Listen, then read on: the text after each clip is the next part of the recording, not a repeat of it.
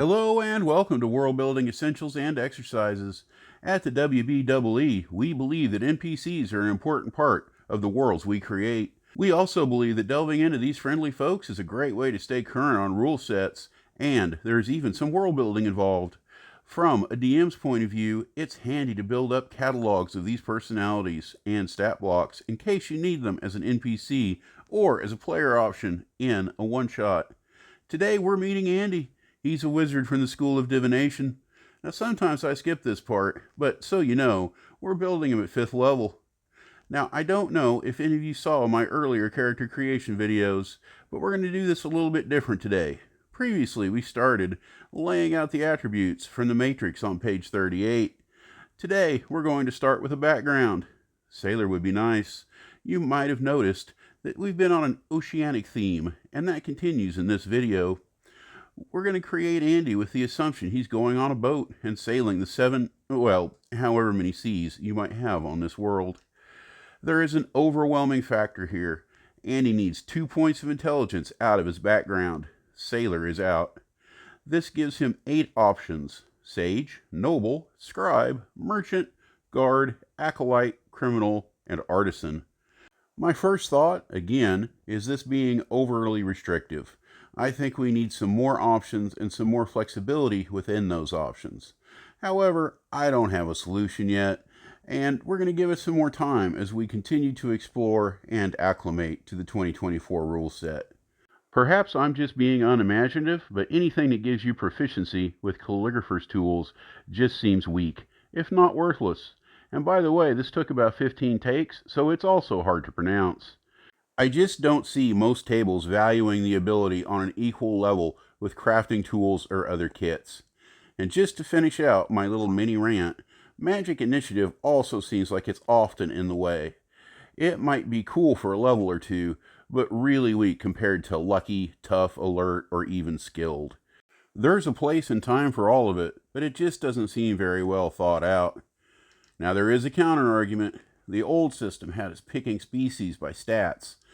If anything, that was even more stereotyping than backgrounds. Mismatching your species in class was seriously nerfing your character. I think the background system is a lot like Tosh's Artificer. It's a great first draft. It needs some mass play testing, and I hope they get it right the next time. Or it really will be like the Artificer, and they'll dump it next time altogether, relegated possibly to another future expansion. Alright, segue over. Maybe next time I'll offer some solutions. It didn't take long to decide on Merchant as the most natural choice. This gives me Lucky, always useful, Persuasion, which means Charisma matters, and Animal Handling, probably never central to the character, but not useless. Finally, we have Proficiency in Navigator's Tools, which ties neatly back into our nautical theme. Next up is Species. High Elf is a strong choice, leading to Detect Magic and Misty Step, but I'm not really an elf guy. Then again, these aren't for me, they're NPCs. Draconic is fun, for the breath weapon, resistance, and flight. ASMR is a little weird. Weird that they're included as a core species in the 2024 rule set, but there is flight and some healing, so they're a good choice since they're there. Humans are always a species to consider, as are tieflings if you're going for a spellcaster. If this was a specific game, the choice would be between High Elf and Tiefling, and it'd probably come down to conditions of the world. But for this, congratulations, Andy, you're an elf. I'll go ahead and decide now that his 4th level feat is Warcaster, so I can get some ability scores down. He rounds out with strong scores in all the non-physical categories.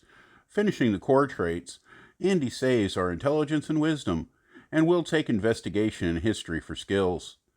Among the basics that wizards get early is the ability to cast certain spells as rituals. This greatly expands the character's daily access to spells. They get Arcane Recovery, which means some spell slots are recovered on a short rest. And also, I just realized that in the 2024 rule set, it gives wizards expertise in one of their skills. I'm going to go with Investigation for a big old +10. In case I haven't mentioned it, I'm going Diviner for a subclass at 3rd level.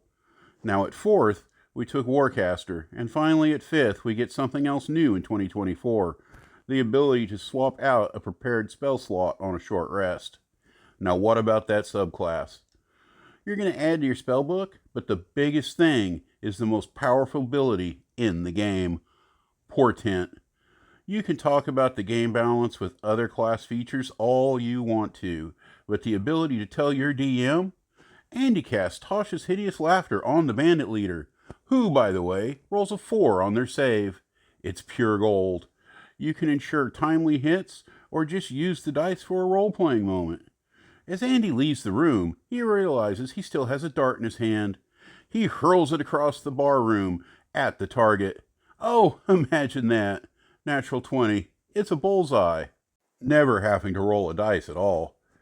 Now, what about a personality and backstory? Andy has a sailor's mentality. He's not afraid to brawl, but loses more than he wins. He's likable enough and has managed to avoid any life and death confrontations before he started to level. He worked in warehousing as part of his family's investments as a youth. His uncle eventually convinced Dad his talents were being wasted and brought him in to work directly with customers. One of those was a local wizard who eventually took him in as an apprentice for a share of the family's business interest. The wizard traveled the Triangle Sea on the regular and took Andy with him. Over 5 years, Andy found out he was more interested in sailing than casting spells, but never gave up his training. I'd say the elf's core personality trait is a love for getting his hands dirty.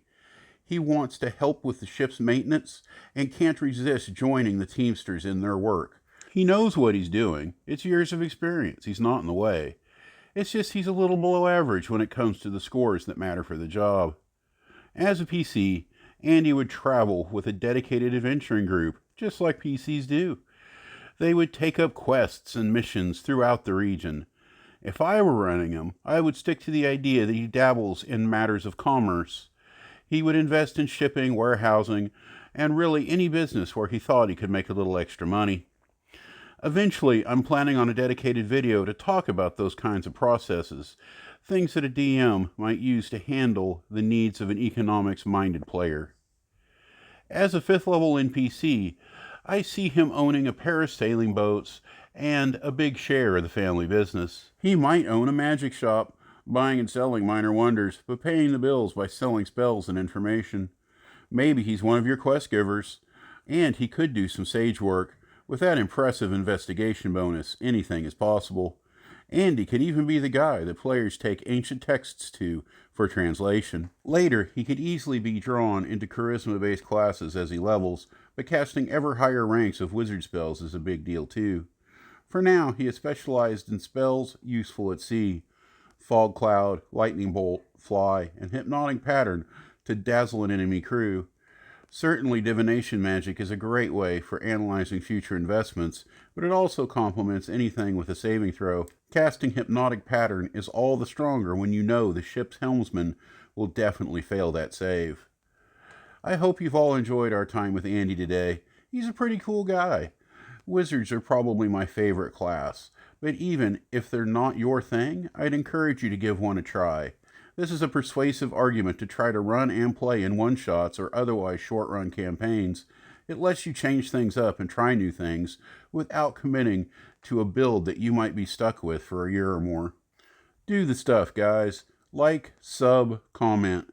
Only you have the ability to make this channel succeed. I'm glad that you were all here today. It was great spending some time together. You are important to this world, and I'm glad that you're part of it. Everyone have a great rest of the day. Cheers.